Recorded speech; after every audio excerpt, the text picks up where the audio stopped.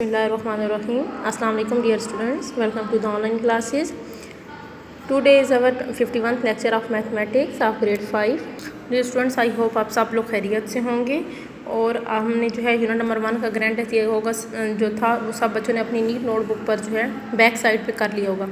आज हम स्टार्ट करते हैं एक्सरसाइज 2.3। ठीक है, तो 2.3 में हमारे पास क्या है जी, find LCM by prime factorization method. ठीक है कि प्राइम फैक्टराइजेशन मेथड से हमने एचसीएफ 2.1 में किया था और 2.2 में जो है डिवीजन मेथड से एचसीएफ फाइंड आउट किया था, लेकिन अभी हमारे पास एलसीएम आ गया है। ठीक है, प्राइम फैक्टराइजेशन मेथड से हमने क्वेश्चन को सॉल्व करें।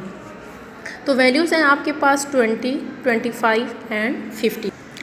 ठीक है बच्चों, तो सबसे पहले हम क्या करेंगे, फैक्टर्स बनाएंगे। ठीक है, फैक्टर बनाने के लिए हम क्या करेंगे, पहले 20 की वैल्यू लेंगे। ठीक है, फिर 25 एंड देन हम क्या लेंगे, 50 लेंगे। जब 20 का लेंगे तो आपके पास जो है क्या हो जाएगा, 20 सिंपली जब हम इसको सॉल्व करेंगे तो 2 1s are 2, 0 as it is, 2 5s are 10 and 5 1s are 5, 5 5s are 25 and 5 1s are 5, 2 2s are 4, 1 carry, 2 5s are 10। ठीक है, 5 5s are 25 and 5 1s are 5। अब जो हमारे पास 20 के फैक्टर बने थे, ठीक है, प्राइम फैक्टर्स ऑफ 20 वो क्या क्या है जी, 2, 2, 5। ठीक है, ये वाली फैक्टर है आपके पास 2, 2 एंड 5। ठीक है, prime factors of 20 and prime factor of 25 क्या आ जाएगा जी, आपके पास सिंपली 2 5 है। नेक्स्ट में आपके पास है प्राइम फैक्टर ऑफ 50। तो 50 के फैक्टर कौन कौन से आपके पास बनने हैं, 2 5 and 5। Product of common factor, ठीक है कि वो फैक्टर्स या वो वैल्यूज़ जो आपके पास कॉमन आ रही हैं, तीनों में आ रही हैं। ठीक है, तो आपके पास क्या क्या है, एक ये वाला 2 और नेक्स्ट में आपके पास 5। ठीक है, अब एचसीएफ में क्या था कि हमारे पास जो मोस्ट कॉमन जो हायर कॉमन फैक्टर होते थे हम सिर्फ उनको लेते थे। ठीक है, तो यहाँ पे अगर हम हायर कॉमन फैक्टर की बात करते हैं तो जस्ट आपके पास 2 और 5 आता है, लेकिन एलसीएम का मीन ही आपके पास क्या है, मतलब क्या है, लीस्ट कॉमन फैक्टर। ठीक है, कि आपने छोटे से छोटा जो उसमें कॉमन आ रहा है उस वैल्यू को भी हमने लेना होगा।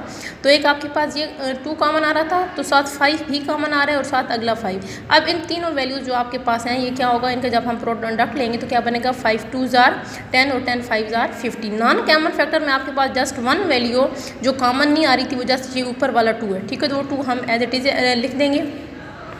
अब हमने यहाँ पर आके जब हम क्वेश्चन करते हैं एचसीएफ में तो यहाँ अब इनमें थोड़ी सी चेंजिंग आ रही है, वो मैं साथ साथ आपको बताती हूँ। चेंजिंग जस्ट आपके पास क्या होगी कि यहाँ पर जो हमने कॉमन प्रोडक्ट फैक्टर्स में हमने जो प्रोडक्ट ले लिया, जो वैल्यू आ गई वो हमारा आंसर होते हैं।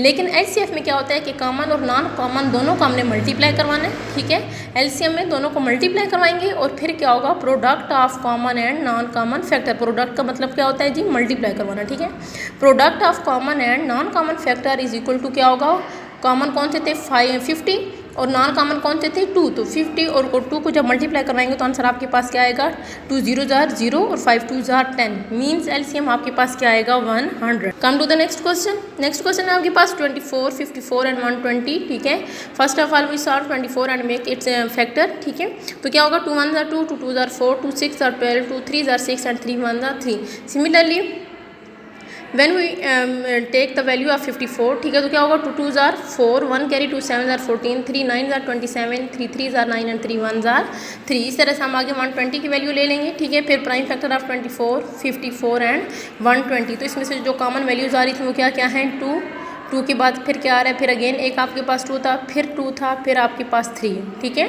तो ये वैल्यूज़ हम लिख लेंगे। इनको जब मल्टीप्लाई करवाएंगे तो क्या आएगा, 3 2s are 6, 6 2s are 12 and 12 2s are 24। Non common जब लेंगे तो इसमें आपके पास क्या क्या वैल्यू आएगी जी, एक ये दरमियान में आपको 3 नज़र आ रहा है, फिर नेक्स्ट एक और आपके पास 3 है और एंड पे आपके पास क्या है 5। 5 3s are 15 और 15 को 3 से मल्टीप्लाई करवाएंगे तो क्या आएगा 45। इट्स मीन कि हमने किस किस चीज़ का प्रोडक्ट ले लिया जी, कॉमन एंड नॉन कॉमन का।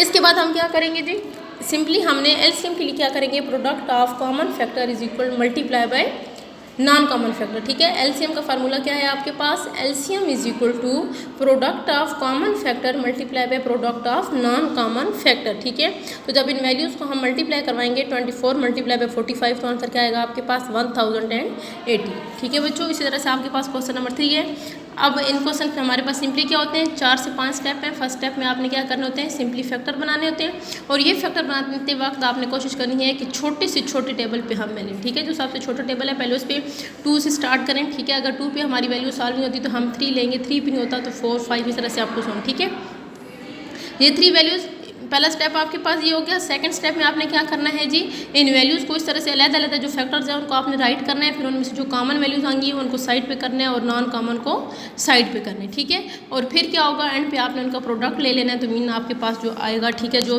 वैल्यू आएगी वो आपका क्या होगा। सिमिलरली, ठीक है, क्वेश्चन नंबर 4 आपके पास बिल्कुल इसी तरह से जाए, ठीक है, 40, 80 एंड 140।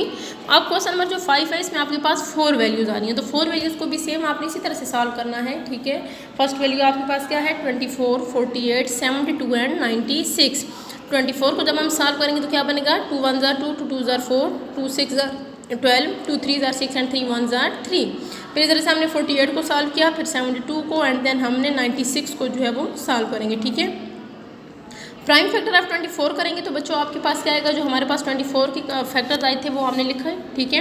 फिर हमने उसके बाद 48 के लिखे, देन जो है हम क्या करेंगे, 72 के लिखेंगे, और फिर हम 96 के करेंगे। इनमें से जो कॉमन वैल्यूज़ आएंगी उनको मल्टीप्लाई करवाएंगे, फिर जो नॉन कॉमन है उनको मल्टीप्लाई करवाएंगे। उसके बाद क्या करना है, फिर हमने नॉन कॉमन और कॉमन दोनों को मल्टीप्लाई करवाएंगे, और एंड पे अपना आंसर जो है वो बताना है। तो इसमें आपके पास आंसर क्या होगा, 288।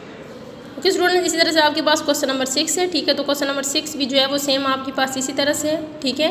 बिल्कुल आपने फर्स्ट स्टेप में क्या करना होगा, सिंपली इस तरह से आपने इनके फैक्टर्स बनाने हैं। फैक्टर बनाने के बाद फिर आप इस जो फैक्टर्स हैं उनको हम इस तरह से जो है वो राइट करेंगे, ठीक है, अलग-अलग से। फिर इनको हमने जो कॉमन है उनको हम इकट्ठा कर लेंगे, ठीक है, प्रोडक्ट ऑफ कॉमन फैक्टर्स। फिर नॉन फैक्टर्स को, जो नॉन कॉमन है उनको इकट्ठा करेंगे। फिर कॉमन और नॉन कॉमन दोनों को हमने क्या ले लेना है, सिंपली प्रोडक्ट लेंगे, तो आंसर आपके पास आ जाएगा। इस तरह से आपके पास क्वेश्चन नंबर 7 है, ठीक है। क्वेश्चन नंबर 7, क्वेश्चन नंबर 8, ठीक है बच्चों। क्वेश्चन नंबर 8 फिर आपके पास है जी question number 9, and question number 9 के फ़ौरन बाद आपके पास क्वेश्चन नंबर 10 है, ठीक है। अब आप क्या करेंगे कि ये जो क्वेश्चन है ना, एलसीएम की डेफिनेशन आप इस तरह से इसको याद कर लें, ठीक है, क्योंकि जब ये आप याद करेंगे तो आपको पता चल जाएगा कि एंड पे फार्मूला भी बन रहा है, ठीक है। लीस्ट कॉमन मल्टीपल ऑफ 2 और मोर number is the smallest number among the common multiples, ठीक है, कि कॉमन मल्टीपल्स में सबसे ज़्यादा कॉमन वैल्यू या छोटी से छोटी जो हम वैल्यू ले रहे हैं, ठीक है, वो आपके पास एलसीएम होगा।